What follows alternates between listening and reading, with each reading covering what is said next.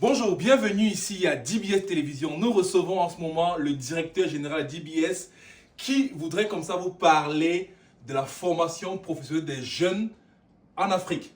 Monsieur le directeur général de DBS, bonjour. Bonjour. Nous sommes heureux de vous recevoir sur notre petite chaîne parce qu'il faut dire nous avons une petite chaîne sur les réseaux sociaux. Nous sommes heureux de vous avoir. Qu'est-ce que vous pensez de la formation professionnelle dans le domaine des médias en Afrique aujourd'hui? Écoutez, comme on a tendance à le dire, le média, c'est le quatrième pouvoir. Et la formation professionnelle, c'est tout ce qu'on a besoin pour le développement intégré. Parce que aujourd'hui, c'est le levier sur lequel on peut s'appuyer pour l'atteinte de l'émergence.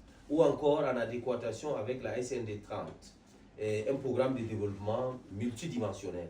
Aujourd'hui, je pense que pour les étudiants, et même d'autres personnes qui ne sont pas des étudiants, qui sont même dans le domaine de l'emploi, il y a une opportunité pour eux de trouver comme ça des formations au travers de cette collaboration que nous sommes en train de louer, et avec un point d'appui, un élément de pratique, parce que le plus souvent on reste dans la théorie.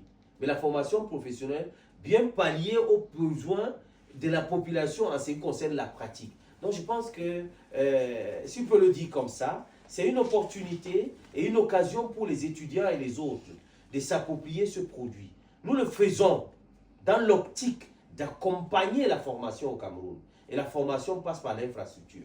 Il faut dire qu'en tant que leader élite de la zone du littoral, plus particulièrement de New Bell, vous accompagnez régulièrement les jeunes de Yaoundé, de Douala 2e, à pouvoir s'auto-employer, plus précisément dans les domaines des médias. Vous mettez comme ça votre studio à la disposition des jeunes étudiants pour leurs différents stages, pour leurs entretiens, pour la promotion de leurs produits et services.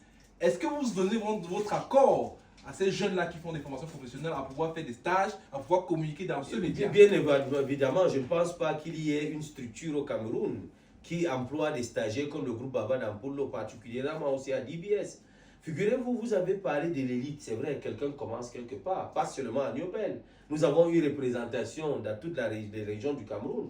Nous avons à Ngaoundéré, nous avons à Bamenda, un peu partout, mais particulièrement celui de Yaoundé aussi.